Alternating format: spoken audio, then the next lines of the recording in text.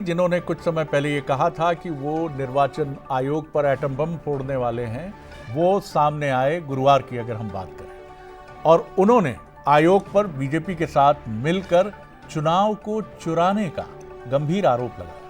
उन्होंने voter list में गड़बड़ी पर 1 घंटे 11 मिनट तक 22 पेज का एक प्रेजेंटेशन दिया। राहुल ने स्क्रीन पर कर्नाटक की वोटर लिस्ट दिखाते हुए दावा किया कि वोटर लिस्ट में संदेही वोटर्स मौजूद हैं। उन्होंने कहा, महाराष्ट्र के नतीजे देखने के बाद हमारा शक पुख्ता हुआ है कि चुनाव में चोरी हुई है। ये उनका गंभीर आरोप वो बार बार दोहरा रहे हैं। मशीन रीडेबल वोटर लिस्ट नहीं देती है और हमें भरोसा हुआ है कि यही वो कारण है जो चुनाव आयोग पर हमारे संदेह को मजबूत करता है। राहुल गांधी ने कहा कि हमने यहां वोटों की चोरी पर एक प्रेजेंटेशन प्रस्तुत किया है और राहुल के इन आरोपों पर चुनाव आयोग और बीजेपी ने तीखी प्रतिक्रिया दी है। राहुल के आरोप पर कर्नाटक चुनाव आयोग ने शपथ पत्र मांगा है। वहीं भारतीय जनता पार्टी का कहना है कि राहुल फिर कॉन्स्टिट्यूशनल संगठनों पर हमला कर रहे हैं, संवैधानिक संस्थाओं को नीचा दिखाने की कोशिश कर रहे हैं। महाराष्ट्र में पता लगा कि 5 महीनों में 5 साल से ज्यादा वोटर लिस्ट में आए। लोकसभा में हमारा गठबंधन जीतता है, विधानसभा में धज्जियां उड़ जाती हैं, पता भी नहीं लगता हमारा गठबंधन कहां गायब हो गया।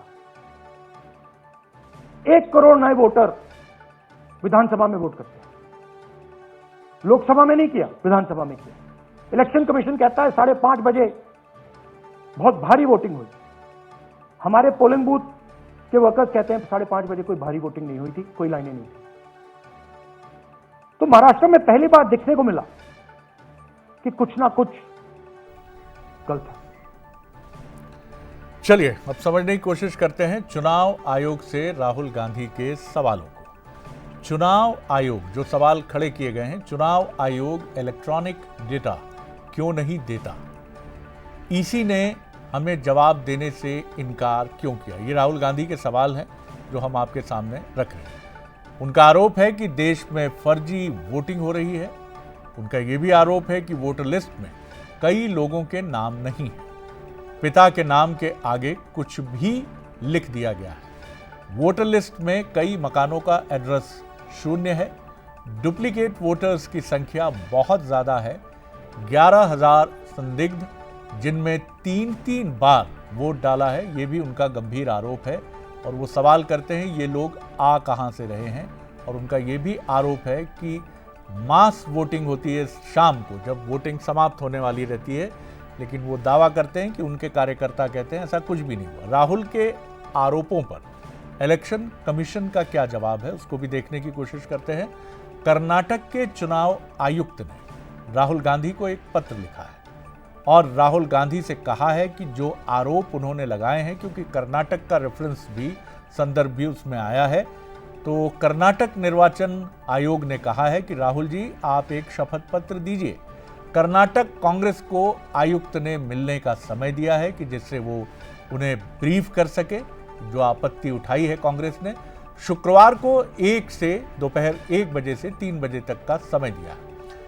इलेक्शन कमीशन ने राहुल के आरोपों को गंभीर बताया है। आरोपों को हाईकोर्ट में चुनौती भी इलेक्शन कमीशन दे सकता है।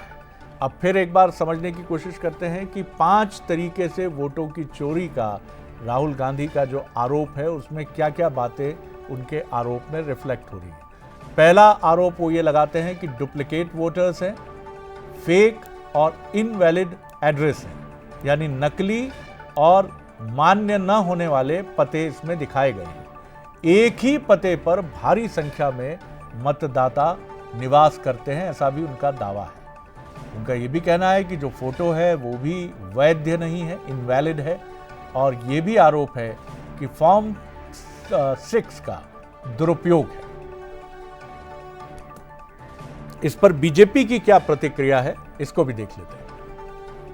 गांधी जी जो आज प्रेस कॉन्फ्रेंस कर रहे हैं, जिस प्रकार से कुछ वोटर लिस्ट इत्यादि लेकर आए हैं, ये कोई पहली बार राहुल गांधी संवैधानिक संस्था पर हमला कर रहे हो, ऐसा नहीं है।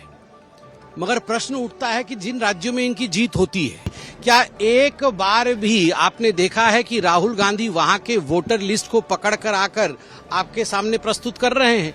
अपने ही अलायंस के बड़े नेता तेजस्वी यादव जी के भी दो वोटर आईडी कार्ड थे, वो भी दोनों वोटर आईडी कार्ड लेकर आते